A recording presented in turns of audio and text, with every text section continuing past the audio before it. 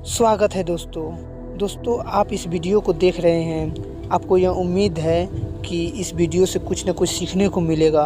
आपको यह पूरा यकीन है कि आप कुछ न कुछ सीख कर जाएंगे, इसलिए आप इस वीडियो को देख रहे हैं। तो आज की इस वीडियो में हम इसी के ऊपर चर्चा करेंगे कि हमारे जीवन में उम्मीदों का होना कितना ज़रूरी है।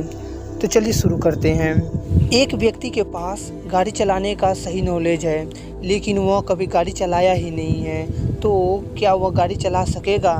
तो शायद आपका आंसर होगा नहीं।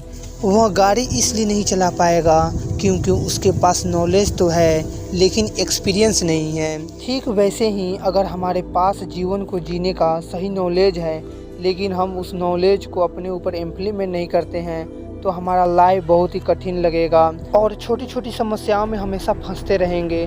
गुस्सा, टेंशन जैसी चीज़ों का हमेशा सामना करना पड़ेगा।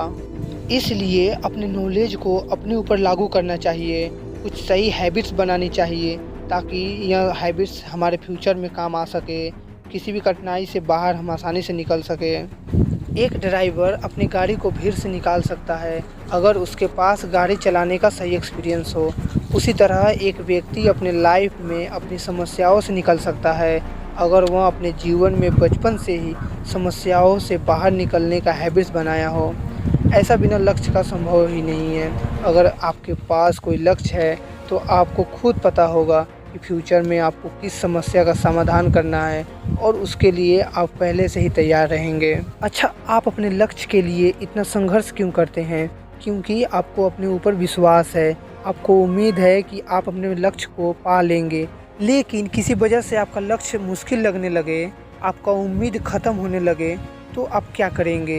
बिना उम्मीद के हम कुछ भी नहीं कर सकते। उम्मीद एक आग की चिंगारी जैसी है, जो एक बार घर में लग गई तो पूरे घर को जला सकती है। उसी प्रकार एक छोटी सी उम्मीद हमारे सपनों को पूरा करा सकती है।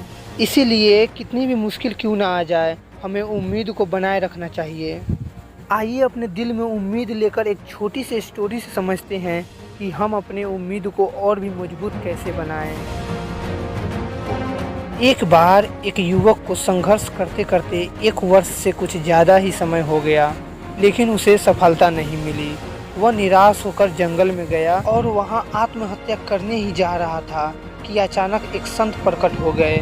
संत ने कहा, बच्चे क्या बात है, इस घनघोर जंगल में क्या कर रहे हो? उस युवक ने जवाब दिया, मैं जीवन में संघर्ष करते करते थक गया हूँ। मैं आत्महत्या करके अपने बेकार जीवन को नष्ट करने आया हूँ। संत ने पूछा, तुम कितने दिनों से संघर्ष कर रहे हो?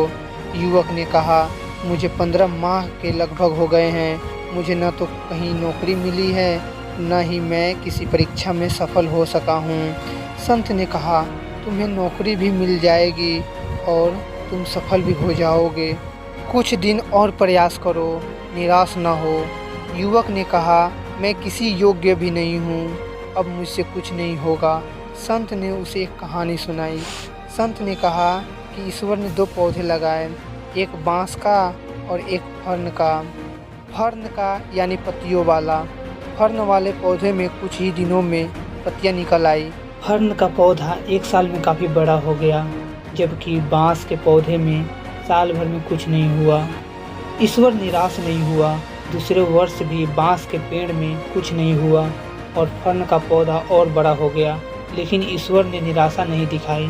तीसरे वर्ष और इसी तरह चौथे वर्ष भी बांस का पेड़ वैसा ही रह गया, उसमें कुछ नहीं हुआ, लेकिन फर्न का पौधा और बड़ा हो गया। ईश्वर फिर भी निराश नहीं हुआ। इसके कुछ ही दिनों बाद बांस का पौधा फूटा और देखते देखते कुछ ही दिनों में ऊंचा हो गया। बांस के पेड़ को अपनी जड़ों को मजबूत करने में 4 से 5 वर्ष लग गए। संत ने युवक से कहा कि यह आपका संघर्ष का समय है, अपनी जड़ें मजबूत करने का समय है।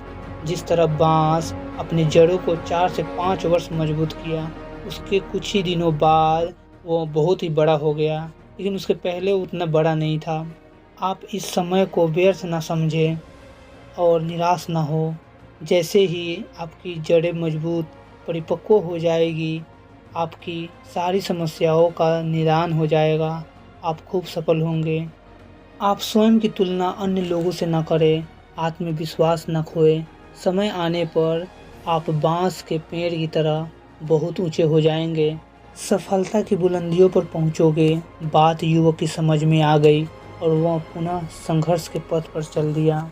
दोस्तों, इसके पिछले वाले वीडियो नहीं देखा तो ज़रूर देखिए, इसमें मेडिटेशन के ऊपर हमने बात किया है, जो आपके विश्वास और उम्मीदों को मजबूत करने में मदद करेगा।